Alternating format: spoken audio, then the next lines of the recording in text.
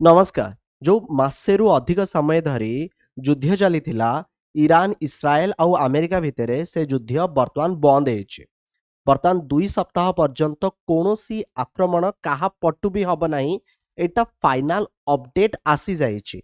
देखंतु Donald Trump आ भिତରେ ना बहुत सारा कथा गपिचंती। जेमिति कि आपण माने जानिथिबे गोटे दिन पूर्वे मंगलवार दिन कुहाला कौन एमिति ईरान रो सर्वनाश हब जहाँकि ईरान केबे भाबी भी नथिबो। ता पूर्वर भी जदि से जानिथिबे बहुत सारा मिछ कथा हमकु सुनिबाकू मिलला। ईरान राजी होउची एई सबु टर्म एंड कंडीशन उपरे ईरान राजी हुए तो वार स्टॉप हे जिवो। ता परे भी माने आ पूर्वरु जदि देखिबे अमेरिका मना करिथिला आक्रमण करिवनी ता परे भी मल्टीपल साइट्स उपरे अटैक कला। बड़ कथा थिला तेहरान रु अपडेट आसी नथिला। माने अमेरिका केवल कहूथिला ईरान कहू नथिला। एबे ईरान भी कहिला फाइनली किछटा आपण कहि परिबे सप्ताह पई ए जो वार बंद हेची एई 2 सप्ताह भितरे जो 2 वीक र बर्तन वार हब नाही बोली मना करा जाई अछि। एई 2 सप्ताह भितरे से माने फाइनल एग्रीमेंट बा फाइनल आपण कहि परिबे सीज फायर रे साइन कर देबे। आउ ए सबु थिरे जो कोंदिनी फटा पोस्टर निकला हीरो किए हेला कहले पाकिस्तान। विश्वर बड़ बड़ देश शांति आनी पाइले नहीं। पाकिस्तान ईरान इस्राएल अमेरिका भितर युद्ध को बंद करदेला। ए विषय आलोचना करिबा। ता सहित आमे आलोचना करिबा अमेरिका रो 15टा पॉइंट कोन से विषय ता आपनकु पूर्व वीडियो मानकरे जणाइतिली। तबे ईरान रो 10टा पॉइंट कोन जो 10टी पॉइंट बा जो 10टी कथारे ए वार आउ हेबो नाही। चलंतु डिटेल रे आलोचना करिबा। ता पूर्व जणाइबे जदि ए पर्यंत चैनल को मोर सब्सक्राइब करि नांती सब्सक्राइब करि नियंतु। बेल आइकन रे क्लिक करि नियंतु जा फल रे आपण माने कोनोसी भी वीडियो को मिस करिवे नाही। फाइनली अपडेट आसी जाइछि अमेरिका राष्ट्रपति डोनाल्ड ट्रम्प को ठारू। अच्छा डोनाल्ड ट्रम्प को कथा पछरे थाउ प्रथमे ईरान पाखु जिबा। ईरान कोन अपडेट दोछि on behalf of the Islamic Republic of Iran I express gratitude and appreciation for my dear brother जोठी कि से Pakistan prime minister Shehbaz Sharif and Pakistan रे जो फील्ड मार्शल अछंती आसिम मुनीर का तांकर जो एफर्ट सेथि पई तांको थैंक यू जणाइछंती in response to the brotherly request PM Sharif and जो कथा मु कहउतली कि पाकिस्तान रो जो फील्ड मार्शल अछंती 15टा पॉइंट अमेरिका पटु रिसीव हेछि आउ ईरान 10 पॉइंट रो प्रपोजल देछि जहा कि ईरान रो सुप्रीम नेशनल काउंसिल राजी हेइचंती। बर्तन फाइनल माने टॉक अच्छी बाकी माने सेपटू 15टा पॉइंट एपटू 10टा पॉइंट आउ ए पॉइंट को देखी दुई देश राजी हेइचंती। हाँ आमे ए विषय रे कथा हबा। तो आ आधार रे जदि आपण देखिबे से कोन कहउचंती for a period of 2 week safe passage through the strait of Hormuz will be possible via coordination with Iran armed forces with due consideration of technical limitation। तो एई घटना को दृष्टि रे रखी वर्तमान 2 सप्ताह पर्यंत जदि ईरान उपरे आक्रमण हब नाही ईरान अमेरिका उपरे आक्रमण करिबा नाही आ स्ट्रेट ऑफ हॉर्मुज देकी शिप चलाचल हेब। ता अर्थ भारत रे जो गैस आउ ऑयल समस्या कथा कुहा जाउ अछि ताहा भी दूर हब। डोनाल्ड ट्रम्प कोन कहउचंदी सुनंतु अनाउंस कले कि हां temporary 2 week halt to military strike Iran उपरे हब नाही। ईरान उपरे हमें बतन कोनोसी प्रकार रो अटैक करिबु नाही। तेहरान माने ईरान रो कैपिटल तेहरान राजी हेइछि वर्तमान कोन ना किछटा शर्त उपरे स्ट्रेट ऑफ हॉर्मुज को ओपन करबा उपरे। एठी मध्य पाकिस्तान रो prime minister and field marshal को डोनाल्ड ट्रम्प मध्य धन्यवाद देइचंती। आ से कोन कहउचंती we receive a 10-point proposal from Iran and believe it is workable basis on which to negotiate। आमे ईरान थारु 10टी प्रपोजल पाइछु आउ ये 10टी प्रपोजल उपरे वर्तमान अमेरिका ईरान सह कथा वार्ता करिबो। तबे से 10टी प्रपोजल कोन वर्तमान चलंतु से संपर्क रे आमे टिके आलोचना करिबा। Number 1 no more attack on Iran.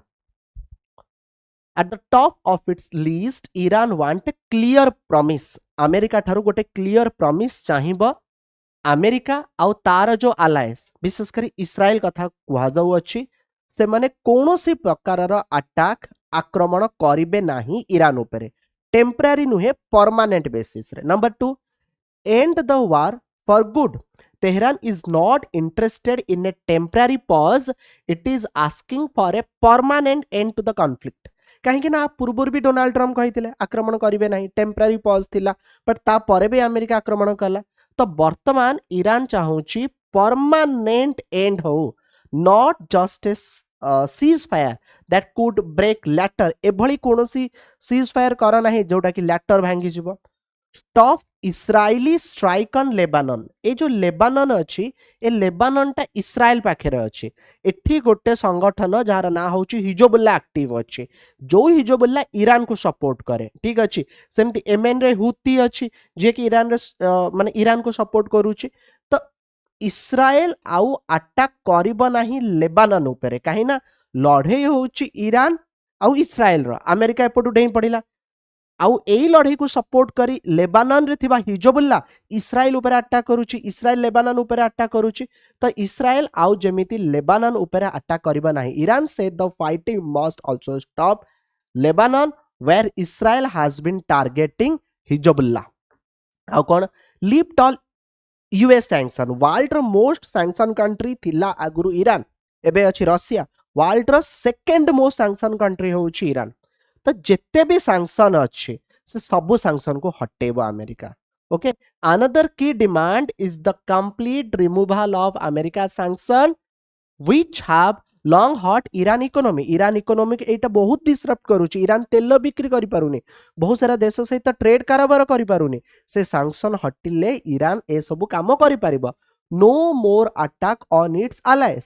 Iran want its allied group across the region, विशेष करी हुती कथा कुआ जाउची, एमएन रे हिजबुल्ला कथा कुआ जाउची, लेबानन रे एमानक ऊपर भी आक्रमण हब नाही। Strait of Hormuz will reopen. In return Iran से it is ready to allow ship to pass again through the strait of Hormuz, जोटा कि एक क्रुशियल रूट अछि ग्लोबल ऑयल सप्लाईज को नहीं जदी देखिबे। तापर आउ कोन हैला एठी ना ईरान आउ गोटे जिनस कहिछि, but there a condition every ship passing through would have to pay a fee about 2 million. जते भी शिप जीव से शिप ना 2 मिलियन यूएस डॉलर ईरान को दब। एठी अमेरिका राजी न हेई पारे, कहीं ना 2 मिलियन माने बहुत अधिक, माने भाबंतु बहुत टंका दबाक पड़िबो। 2 मिलियन माने बहुत बड़ा अमाउंट गोटे भारतीय मुद्रा रे जीव, एथिरे राजी हब ना, कहीं गोटे मिलियन होची 10 लाख यूएस डॉलर रे कन्वर्ट कर दियंतु 20 मिलियन इंडियन करेंसी रे केते हबो। तापर कोन sharing the money with Oman, Iran plan to split this revenue with Oman, कहीं ना ओमान भी सैठी अछि पाखे रे। तो ईरान कहया कथा मु भी किछि नेबी, ओमान भी किछि नबा। तापर कोन हैला रूल्स फॉर सेफ पैसेज, किछटा रूल्स हबो। Tehran would also put in a place a proper system गोटे रहिबो, केमिति शिप पास करिबो, को बाटे दे कि जीव, कौन टर्म एंड कंडीशंस रहिबो, and use the money to rebuild instead for asking for direct compensation. Iran से it will use the money collected from this fee to rebuild infrastructure damage during the war.